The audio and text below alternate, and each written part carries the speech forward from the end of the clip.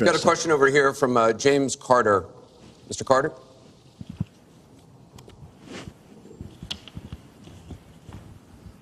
My question is, do you believe you can be a devoted president to all the people in the United States? That question begins for Mr. Trump. Absolutely. I mean, she calls our people deplorable, a large group, and irredeemable. I will be a president for all of our people, and I'll be a president that will turn our inner cities around and will give strength to people and will give economics to people and will bring jobs back, because NAFTA, signed by her husband, is perhaps the greatest disaster trade deal in the history of the world, not in this country. It stripped us of manufacturing jobs. We lost our jobs.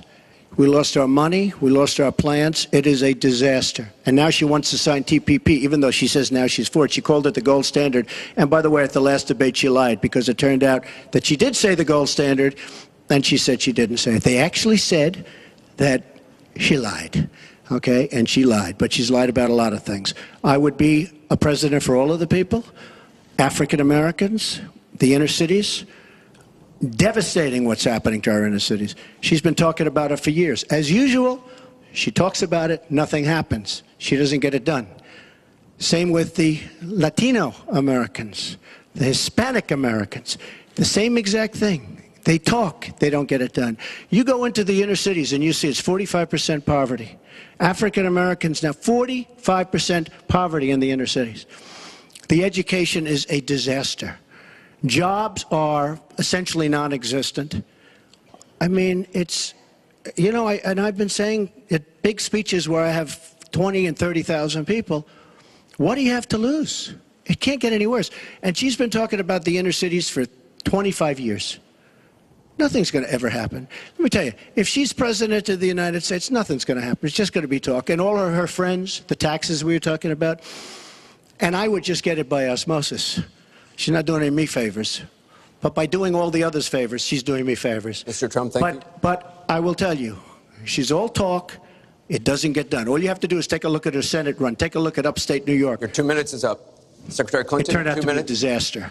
You have 2 minutes, Secretary Clinton. Well, 67% of the people voted to re-elect me when I ran for my second term, and I was very proud and very humbled by that.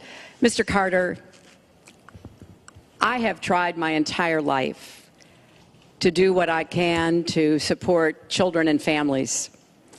You know, right out of law school, I went to work for the Children's Defense Fund, and Donald talks a lot about, you know, the 30 years I've been in public service. I'm proud of that. You know, I started off as a young lawyer working against discrimination against African American children in schools and in the criminal justice system. I worked to make sure that kids with disabilities could get a public education, something that I care very much about.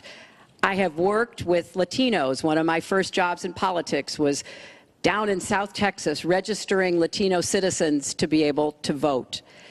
So I have a deep devotion, to use your absolutely correct word, to making sure that every American feels like he or she has a place in our country. And I think when you look at the letters that I get, a lot of people are worried that maybe they wouldn't have a place in Donald Trump's America.